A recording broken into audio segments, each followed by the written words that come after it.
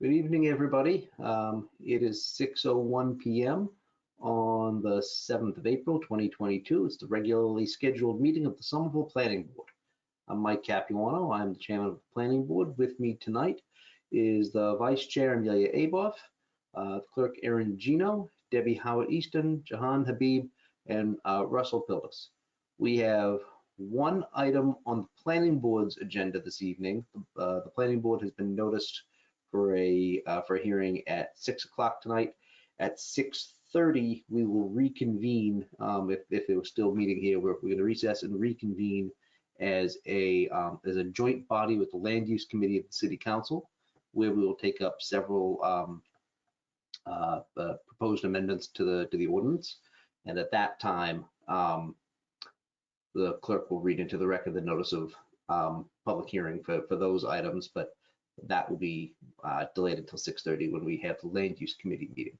We do have one item on the Planning Board's agenda, which is an application that has been continued a few times. We had a hearing on it, and it is 28 to 44 Broadway.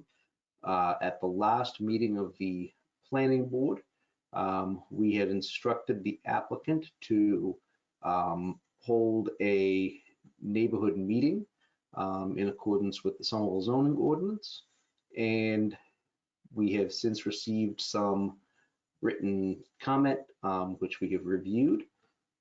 So I'm wondering if so usually what happens after we have a neighborhood meeting is the staff will create an amended memorandum that encompasses all of the discussion that was had at the meeting, with any comments from the ward councilor and things like that. And I don't think we have an amended memorandum, but I do see that Councilor McLaughlin was in attendance here. I think he still is. He is. So to the extent that Councilor McLaughlin would like to address the planning board on the neighborhood meeting, I would welcome him to be unmuted and to address the board and the attendees. This is Raisa speaking. Counselor, you have been unmuted. Hello, Matt McLaughlin, Ward 1 City Councilor, 28 Mount Vernon Street. Thank you, Chair, for the recognition. I was unable to attend the community meeting because it was held at 5 and I work until 5:30. But I spoke to city staff about it, and I feel well versed in what the issues are because we've had a number of community meetings about this project. And I will tell you, I am generally in support of this project. Mostly because there's a giant hole in the ground right now, and I would like to see something get done with this property.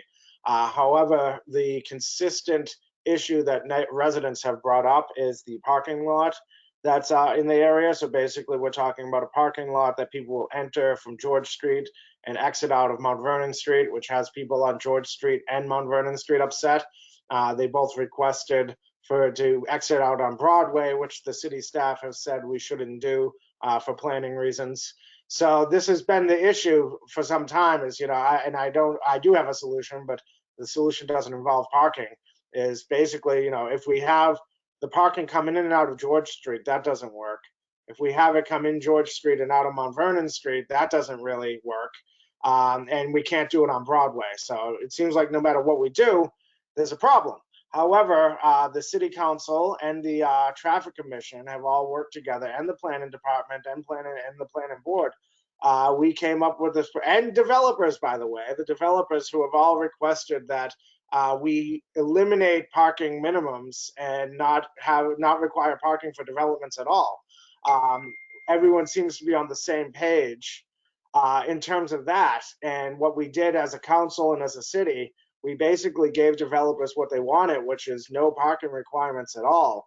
But in exchange for that, the residents in these buildings are not going to get parking permits to park on the street. So we're kind of calling their bluff when developers say, there are new residents and not going to drive. They're not going to have cars. They're part of this new generation of people that are going to be without cars. So we said, okay, well, we'll give you the leeway you want, but in exchange, we're not going to allow parking on the street.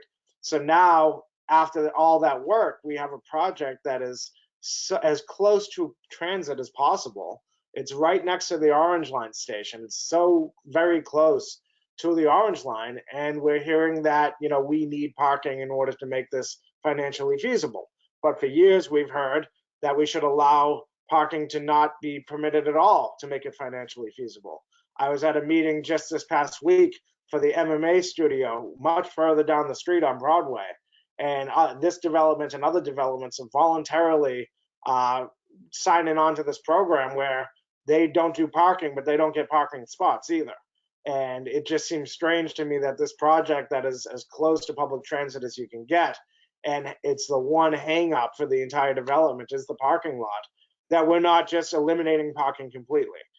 So that's my report. I think other people can speak to the actual community meeting, but I have had multiple meetings on this site, and that's been consistently the issue. And I would love to hear from the planning board, to hear from the city and the developer about the possibility of just getting rid of this parking. And there'll be more units, you can have more office space, anything you like, with the absence of these parking lots, or of this parking lot. And then the residents won't have any reason to have concern about the constant flow of traffic on their streets. So that's all I have. Thank you very much, Chair.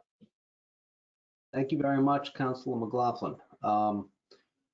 I also see in attendance at the planning board, Councilor J.T. Scott. I don't know if Councilor Scott has an interest in addressing the planning board or the community on this application.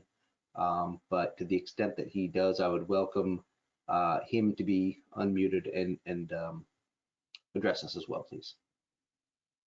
This is Raisa speaking. Councillor Scott, you have been unmuted. Thank you for the recognition, Chair Capuano, but I'm just here for the Ward 2 stuff later on. I appreciate it, though. Sure, no problem at all, Councilor. Before I ask the applicant to address the board, I do want to have some clarification from staff as to why there isn't an amended staff memorandum as we usually have, which guides us to a fulsome assessment of the application as it's been reviewed and revised over the last, this project's been going on for quite a while. Because Councilor McLaughlin said that he could not make the meeting because it was at 5 o'clock, and it was always my understanding that neighborhood meetings are pursuant to the ordinance required to have the councilor present and running the meeting. And I'm just a little curious how things kind of went awry, because we've also heard some comments that people didn't know that there was a meeting, and I just hope we might be able to get some clarification from you, Rebecca. Yes, Mr. Chair, thank you. Can everyone hear me okay? Great. On the question of an updated staff memo, the deadline for submitting materials to be considered for this particular session of the planning board was 4:30 on last Thursday evening. That would have been the 31st. The meeting was held at 5 o'clock on the 31st. So there was no time for staff to follow up and provide any further information in time for this meeting, in time for everything to be provided to the board for this meeting. Could I ask you, because we had a few people make comments that they weren't aware of the neighborhood meeting. What are the requirements that need to be met in order to properly notice people for a neighborhood meeting? Sure. Those are laid out pretty well in the ordinance, but I'm happy to review it for the board. Give me just 1 second. I would appreciate that, because I don't like hearing when people who live next to pretty sizable development applications say that they weren't made aware of a meeting like this. Sure. So from Article 15 on neighborhood meetings, the purpose is obviously to allow the public to review a proposal and provide their opinion on potential impacts that might need to be mitigated, and to enable an application to be responsive to community concerns. When a neighborhood meeting is required, there's a procedure outlined in that in the ordinance. The neighborhood meeting must be within the timeline that's set by the ordinance, and obviously, since this was an additional neighborhood meeting asked for by the board, that wouldn't be applicable. But the neighborhood meeting must be open to the public, must be in a location close to the site or virtual as per our post-COVID procedures, and on a weekday after 6 p.m. or at a reasonable time on a weekend. It is not permitted to be on a holiday. It must be staffed by the applicants and design team, and it must be set in consultation with the ward counselor, with the director of planning or planning staff on behalf of the neighborhood, of the director of planning, and in consultation with any neighborhood council that's in place. The format and agenda should be set, must be set in consultation with the ward counselor and any neighborhood council. There can only be one application at a time. It must be held so that all attendees must be able to hear and discuss each other's feedback at the meeting, and it must allow for substantive engagement between attendees and the team. And the team must bring all materials that are required by the building official. And to the other part of your question, when a neighborhood meeting is required, notice must be mailed to all parties in interest, to direct abutters, to property owners within 300 feet, and posted by local businesses. Thanks, Rebecca. It sounds, and I'm going to ask the applicant or the applicant's representative to please be unmuted, because the concerns that I've heard is that people weren't made aware of the meeting as well as they should have been, and that the meeting wasn't done in consultation with staff or with the ward counselor, and that seems to kind of fly in the face of what the requirements are of a neighborhood meeting that the planning board had asked to occur. Yes, Rebecca. I would note that we also were informed, planning staff was informed that people were, I think, stuck in a waiting room and were not able to join the meeting, even though they were aware, and they tried to reach out to the owner and applicant team and were not able to do so that evening. But I understand that there was a secondary meeting set up, and I'm sure that the applicant can talk to that. The day after the last planning board meeting, staff had reached out to consult with the applicant on the establishment of that meeting. And staff received notice of a community meeting after the flyers had been sent, or flyers had been, I think, hand delivered in the neighborhood. And so we followed up by posting it on the city website, following up with the East Somerville Main Streets group so that they could be aware of it, and sending it out to as many people as we knew about were concerned with this area. Thanks, Rebecca. I'd like to, so the way you described it was a community meeting and not a neighborhood meeting. It sounds like there are different requirements for those two different things, that they are different types of meetings. Yes, Mr. Chair. Generally, when we refer to community meetings, they're just meetings that are held for any purpose that a group might want to. Frequently, community meetings are held outside of the formal structure of the development review application, just to let somebody know if there's a potential project that might be coming forward. We're having this, this is going on both in Assembly Square right now, down in Assembly Point, and also on Winter Hill for the 299 Broadway project, where the Star Market is, where basically in consultation with other things that are the city that's going on in the city. They're just reaching out to the community for a general meeting, and it's much more looser format. It's much more loose requirements, generally posting on the city website and the city calendar and making things available by mail and by flyer to neighbors is considered a good practice. When something is called for as a neighborhood meeting, we understand that the guidance of city leadership, and it has been our planning division's policy to follow the neighborhood meeting standards as set in the ordinance. So my concern is that if the neighborhood meeting protocols weren't followed here, it kind of deprives, based on what you just said, you and planning staff, as well as the neighborhood, kind of an opportunity to really get as deeply invested in the application and the amendments and the presentation as you otherwise would be, so that you could actually have the information that you need to be able to give us an amended staff memo. Yeah, unfortunately, I had another meeting.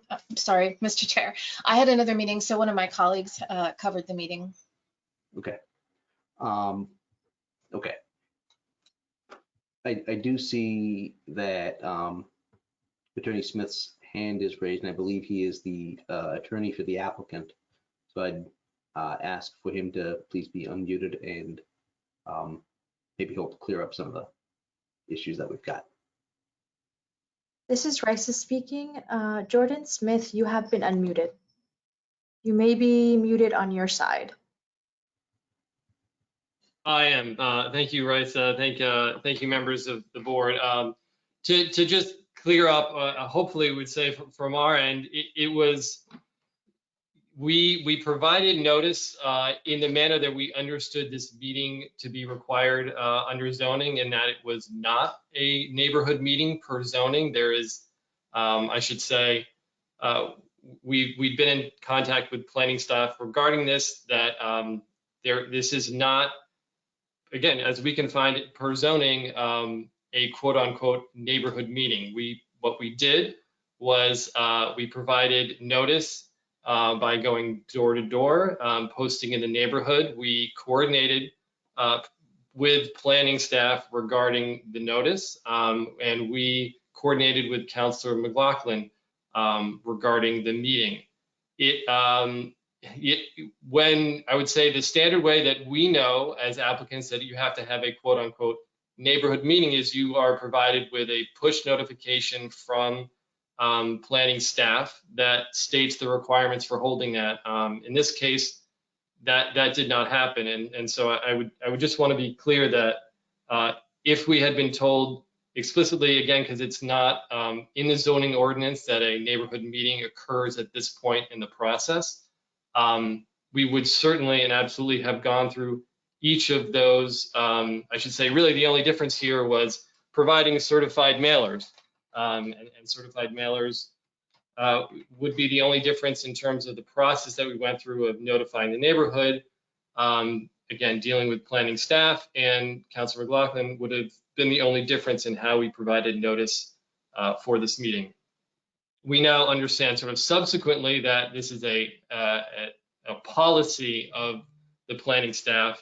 But again, I would say just it's unfortunate this was not made clear to us that this was a requirement, because it was, again, not something that we could see per the zoning code was required. And so, and from our perspective, we really do hope that what we tried to do was provide the same sort of level of, I would say, notice, again, by going out to the community and providing the flyers to hold that neighborhood meeting.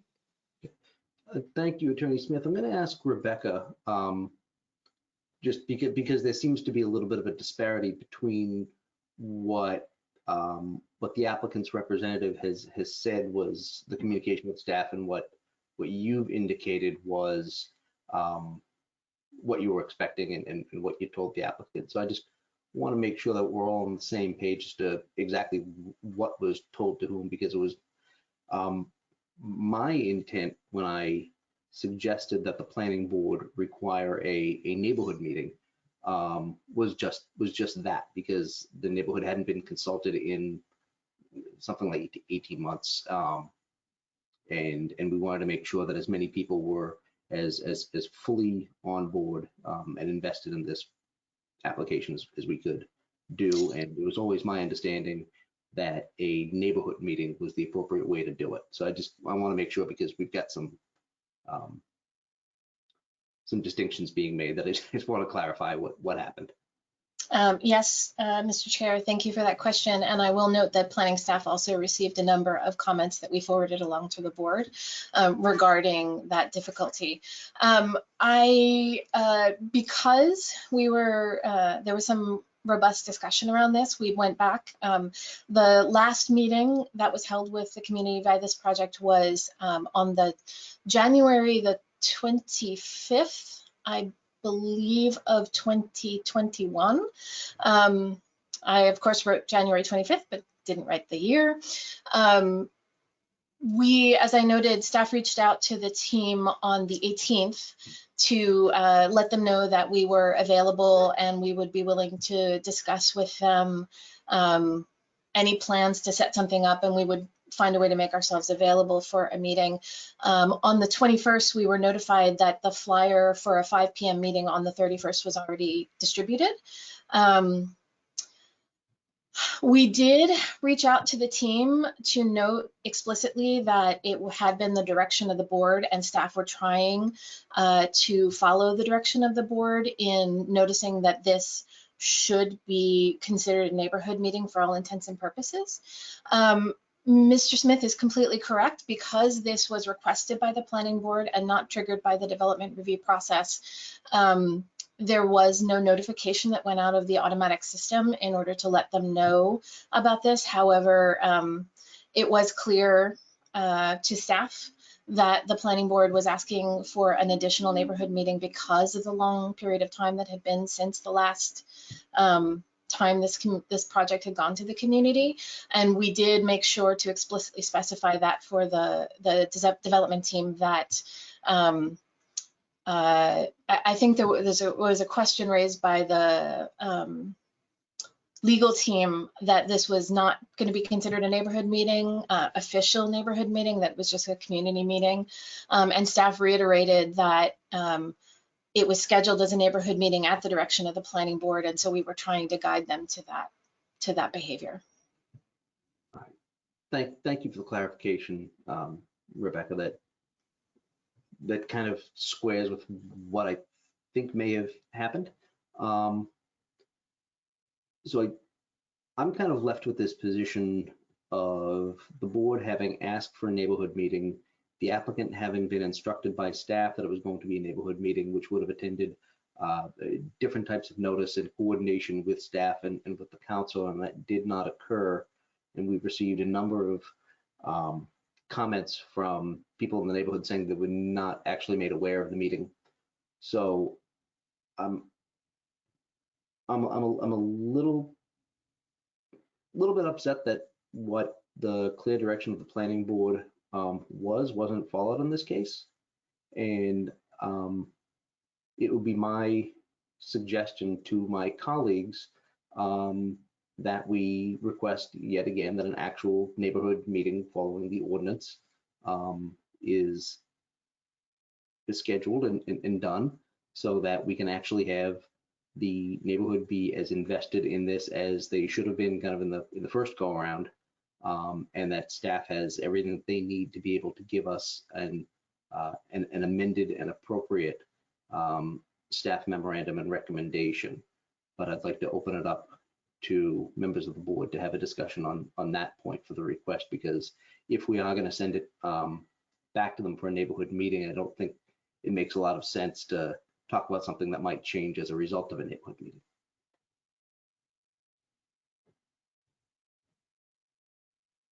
Does anybody have any comments or discussion? Yes, Russell.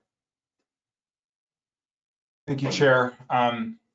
All I have to say is that I agree with your assessment and your proposal. I think the community deserves the chance to be substantively involved to their own satisfaction, and Obviously, not everybody is going to be pleased or able to attend or anything like that, but as their representatives, it's our job to make sure that they have that opportunity so that we can appropriately act on their feedback. I wanted to note that a 5 p.m. meeting, like I don't leave, I'm downtown right now in my office. I don't leave here until 6 usually, and I get here a little before 9. So if I lived in this neighborhood, I wouldn't be able to attend my own meeting, and I would also be upset even if I had known about it. So this isn't a criticism, it's just a note that if we're talking about access to these meetings, and I know that's a priority here in our town, our city, this is a thing that is important, that people should have access to these things, that beyond notification in this case, these other aspects of accessing public meetings and being able to provide feedback and hear about projects, those should be observed here as well. And I hope the applicant will consider those things as they move forward with this next step. Thank you. Thank you very much, Russell. Amelia, I see your hand.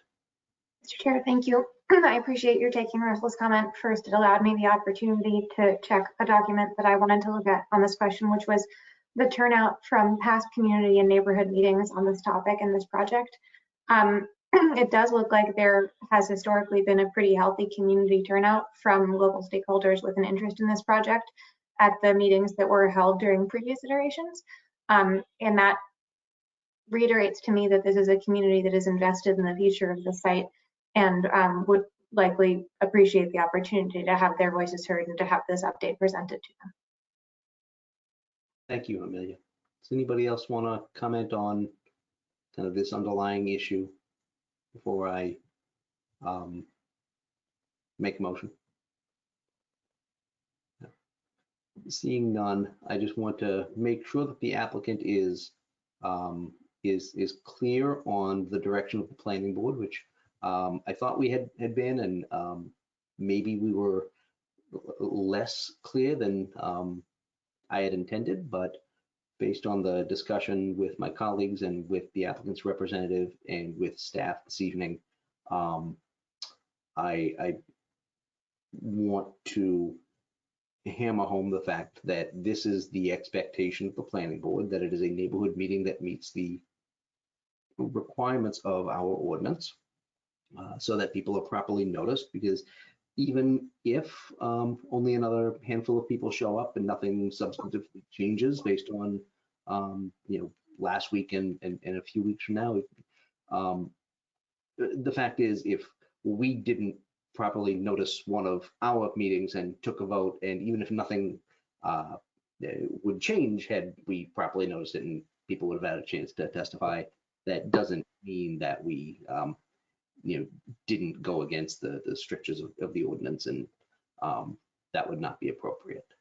So what I'd like to do is move again to have the applicant organize in consultation with the city staff and the ward councilor a neighborhood meeting at their scheduling